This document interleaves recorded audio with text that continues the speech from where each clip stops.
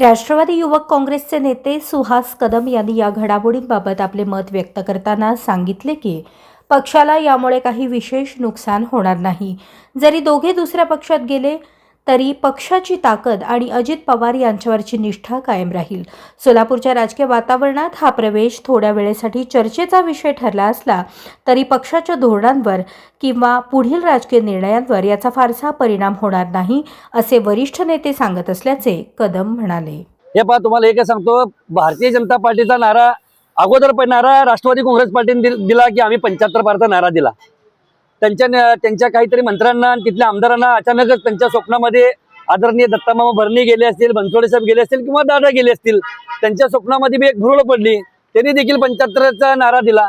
आणि अहो, नारा देताय ना, मग अहो तुमच्याकडे जी निष्ठावंत असणारे जी कार्यकर्ते जे आहेत, गेल्या अनेक वर्षामध्ये त्यांनी भारतीय जनता पार्टीवर घरादाराची राख रंगोळी केली.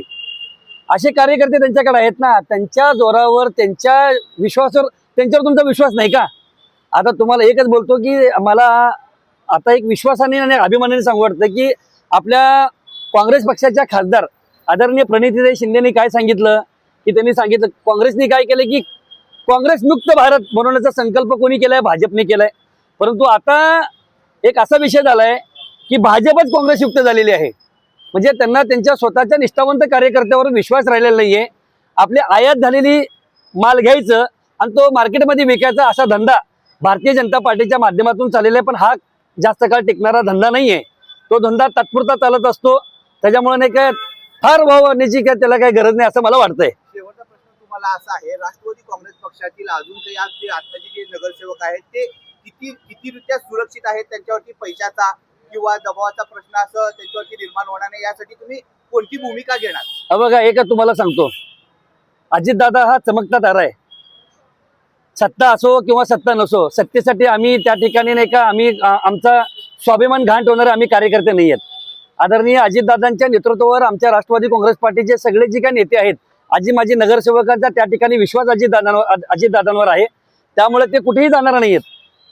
आणि गेल्यानंतर विषयाच्या बाबतीमध्ये तर मला त्याच्यावर काय भाष्य करायचं नाही का, तिथपर्यंतचा विषय तो माझ्याकडे आलेला नाहीये.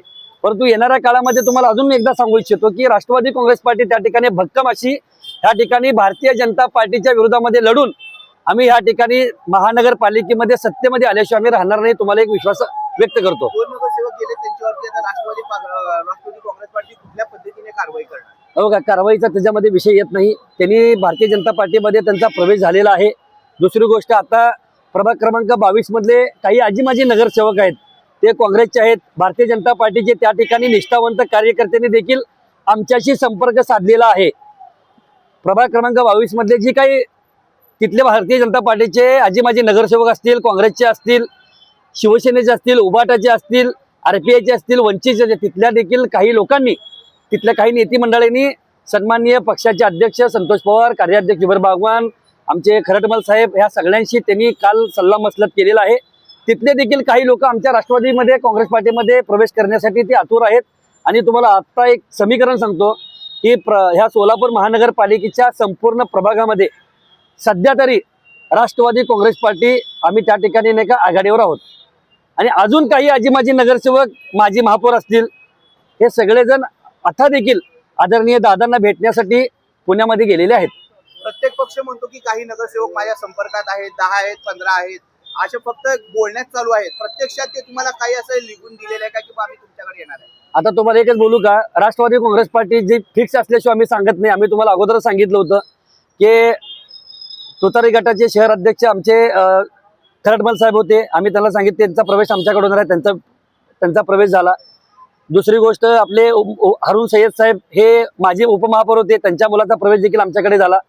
जावेद खेरादी हे आपले रियाज खेरादी हे MIM पार्टीचे त्या ठिकाणी नगरसेवक होते. त्यांनी देखील आदरणीय दादांच्या नेतृत्वावर विश्वास ठेवून त्यांनी देखील मुंबईमध्ये प्रवेश केला. बघा, आम्हाला नाही का खोटं बोल आणि रेटून बोल असा आमच्या राष्ट्रवादी काँग्रेस पार्टीचा धंदा नाहीये. त्यामुळे नाही का जनतेने जी 2017 जी काही भूल केलेली आहे की भूल कमल का फूल, हे आता सगळ्या लोकांच्या सोलापूरच्या जनतेला कळून चुकलेलं आहे. त्यामुळे नाही का जनतेचा विश्वास हा भारतीय जनता पार्टीवरनं उडून गेलेला आहे. त्यामुळे काय जास्त भाष्य करण्याची आवश्यकता नाही असं मला वाटतं.